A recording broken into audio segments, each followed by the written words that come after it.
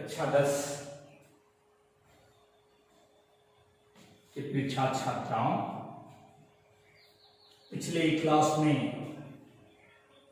हमने आपको त्रिकोणमिति के अनुप्रयोग के अंतर्गत कुछ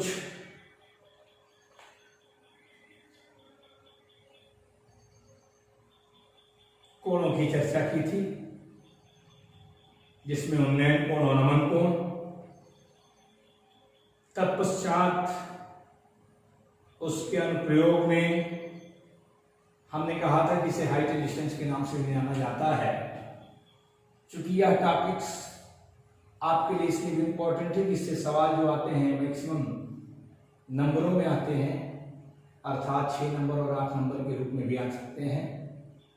वैसे पहले ये हाईएस्ट नंबर के सवालों में आया करता था, अब भी यह बहुत इंपॉर्टेंट, इसलिए आज त्रिकोणमिति के अनुप्रयोग जिसे हाइट एंड डिस्टेंस के रूप में आप इस चैप्टर में अध्ययन कर रहे हैं, कुछ एकाध सवालों को समझाने का प्रयत्न करूंगा। वैसे तो मैंने कुछ एक्सरसाइज आपको दिया है, उसका सॉल्व भी भेजा जाएगा, लेकिन आप थोड़ा सा उसको, चूंकि ये ऐसा एक टॉपिक्स है जिसके सॉल्व को बहुत समझना आसान नहीं होगा, इसलिए एकाध सवालों के माध्यम से जो अच्छे सवाल हैं उससे आपको जोड़ता हूं और प्रयास करता हूं कि आप उन सवालों को ज्यादा से ज्यादा समझें।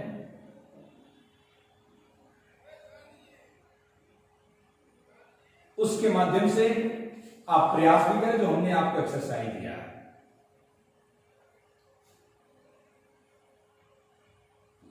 ऐसे सवालों को हल करने के लिए सबसे आवश्यक है कि आप जो भी प्रश्न हाइट एंड डिस्टेंस के त्रिकोणमिति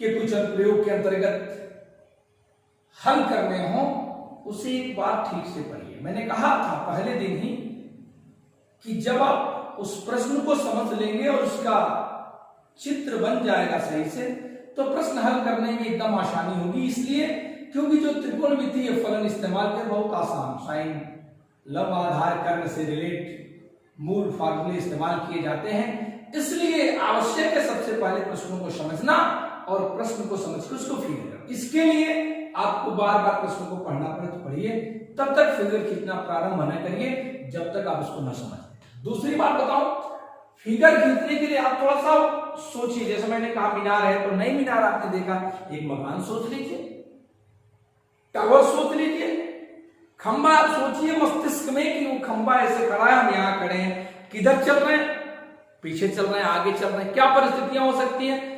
कहने का सेंस है जब उसे वास्तविकता को आप उससे जोड़ेंगे, जब आप समझेंगे खंबा है, कहीं मैं स्वयं खड़ा हूं वहां से देख रहा हूं, कहां चलने पर क्या होता, आसानी हो जाएगी। किसी मीनार पर बैठा एक व्यक्ति नीचे देखता है, तो सपोज आप कर लीजिए, मान लीजिए कि हमने मीनार नहीं अर्थात मकान की ऊंचाई पर मैं बैठा हूं और बैठने के बाद जो क्रिया हो रही है, तो फिगर खींचना आपके लिए आसान हो जाएगा। और जैसा ही चित्र आपने खींचा, उसका समस्या सब 2 सवाल प्रयास करूंगा कि बताऊं। जैसे उसमें एक सवाल सामान्य देखता हूं और एक थोड़ा सा टिपिकल रूप में देखने का प्रयास करूंगा। वैसे सामान्य तो सब आसान होते हैं, बस पढ़ने की उसकी आवश्यकता है ठीक से।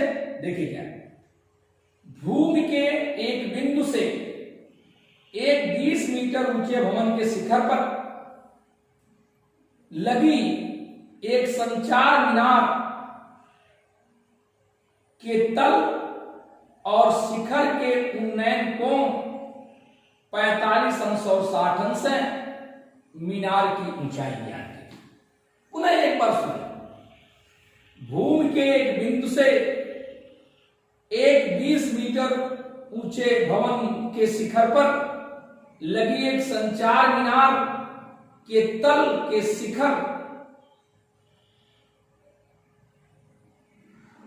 तल और शिखर के उन्नयन कोण 45 और 60 है, अंश है, मीनार की ऊंचाई ज्ञात है। प्रश्न समझें, कहा गया है कि एक कोई व्यक्ति है,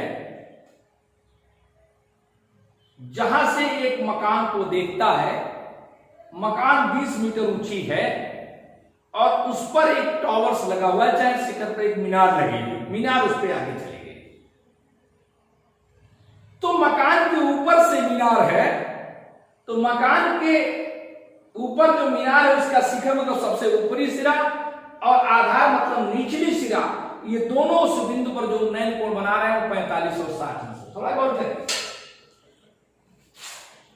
यदि इसको ध्यान से देखें, पुनः एक बार सुने, भवन मान लिया भवन है ए बी जो 20 मीटर लंबा है, और इस भवन के ऊपर एक मीनार है, सपोज करिए BC है,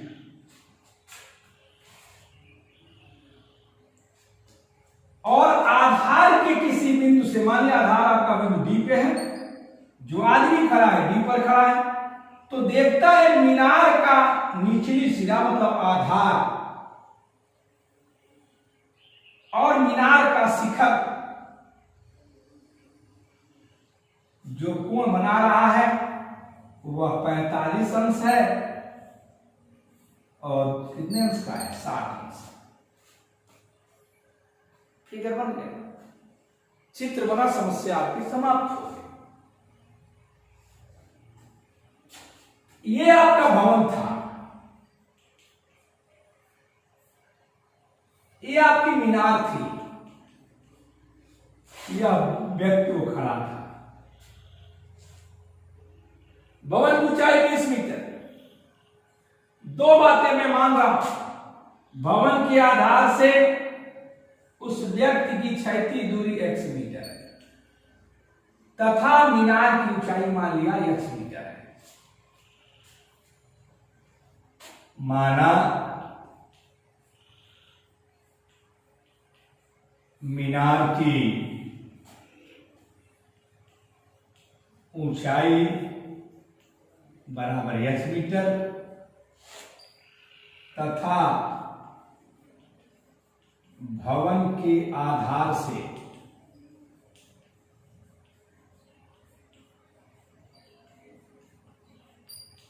बिंदु की दूरी बराबर x मीटर। प्रश्न यहां ऊंचाई h के मान की गई है कि h का मान बताइए, लेकिन आपसे x का मान भी प्रश्नों में पूछा जा सकता है, आप दोनों मान निकाल सकते हैं, कोई दिक्कत नहीं। पहले भी मैंने बताया है, जब समकोण त्रिभुज बन जाए, चूंकि भवन सीधी खड़ी होगी आधार से, तो एक कोण कितना बनेगा? 90 अंश। जितने त्रिभुज है उसका उपयोग कर लीजिए, प्रयास करिए इस मान को ज्ञात करना है, उसे अंश के रूप में लिखिए, शुरू में ही बताया हूं। तो समकोण त्रिभुज ले रहा हूं BAD में, समकोण त्रिभुज BAD में देखिए BAD, यह कोण कितना अंश का है? 90 अंश का। यह कोण कितना है? सॉरी 45 अंश। इस 45 अंश के लिए ये क्या होगा? 20 लंब होगा, ये x क्या होगा? आधार होगा। अर्थात BAD में जो x है वो आधार है, लंब है वह 20 है, कोण 45 है, आधार बटे लंब बराबर काट 45, और इसलिए काट 45 का मान कितना है? 1। काट 45 मान 1, अतः x बराबर 20 गुणे 1 अर्थात 20 मीटर। एक मान आपने ज्ञान कर, x पूछा जाता तो ठीक है, लेकिन बात आपके यक्ष की हो रही है, अर्थात यक्ष बताइए। तो दूसरा भी समकोण त्रिभुज आप देख रहे हैं, यहां लिखता हूं। दूसरा समकोण त्रिभुज कौन सा है? समकोण त्रिभुज देखिए CAD में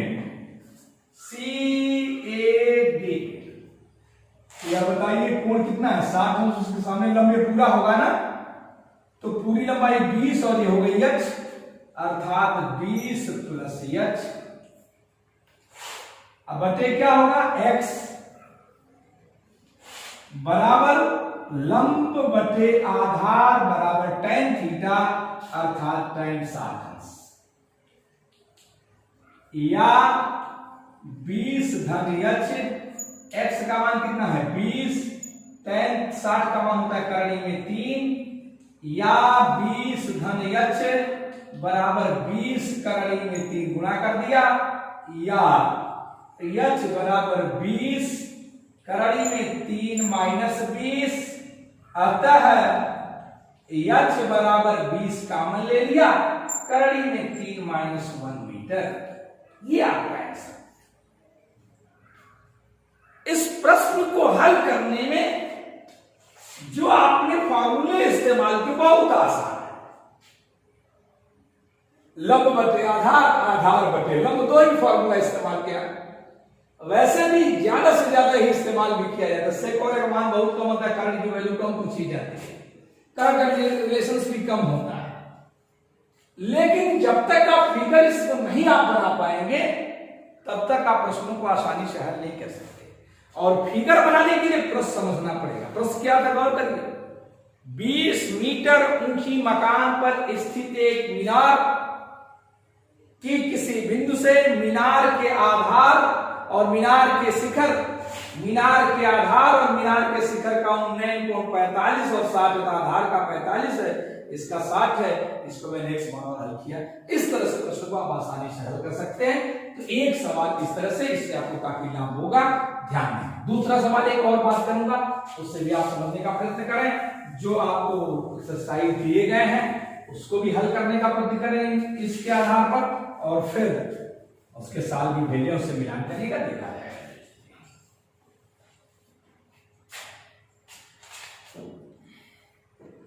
एक सवाल और दे रहा हूं।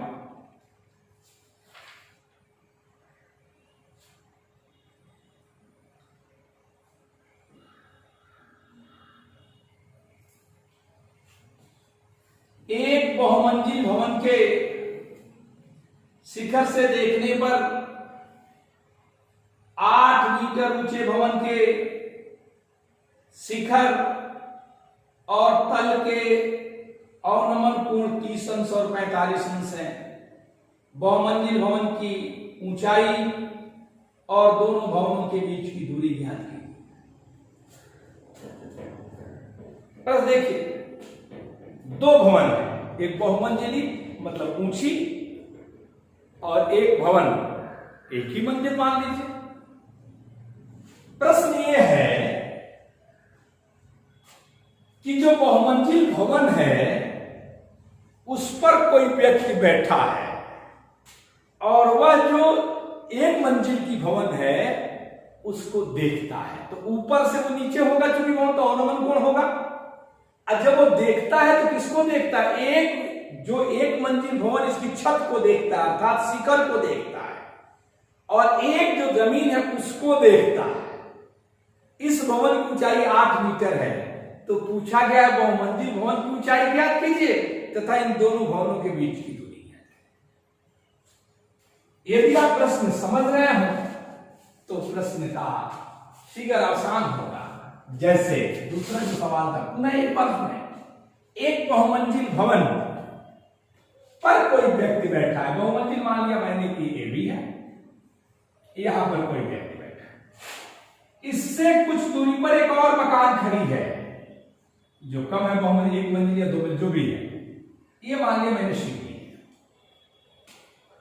ये मकान का आधार है, ये मकान का है, ये बहुमंजिल मकान है, बहुमंजिली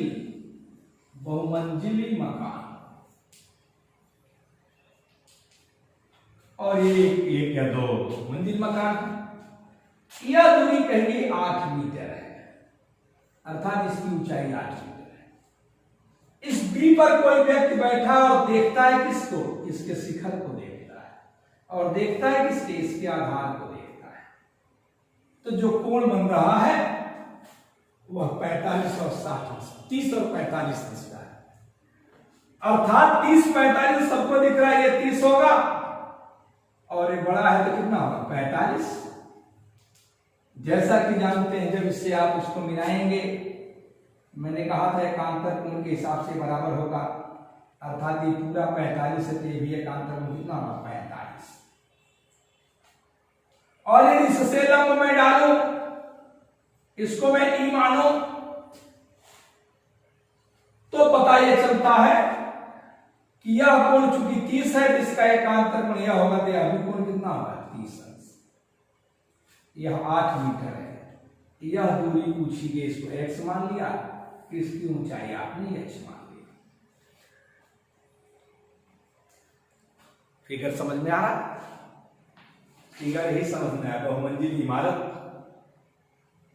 ये उससे छोटी इमारत भवन, यहां से देखा जा रहा है इसके शिखर को, इसके धरातल को, ये 30 बन रहा है, 45 छोटा कोण है 30 बनेगा, ये बड़ा है तो 45 बनेगा। ये चूंकि 45 बनता है, एकांतर कोण ये 45 है, ये 30 है, ये भी 30, एकांतर कोण बराबर होते हैं इस हिसाब से। अब देखिए बहुत आसान, अब इसको हल करना है, कैसे हल करेंगे? समकोण त्रिभुज BAC में 90 आंसर,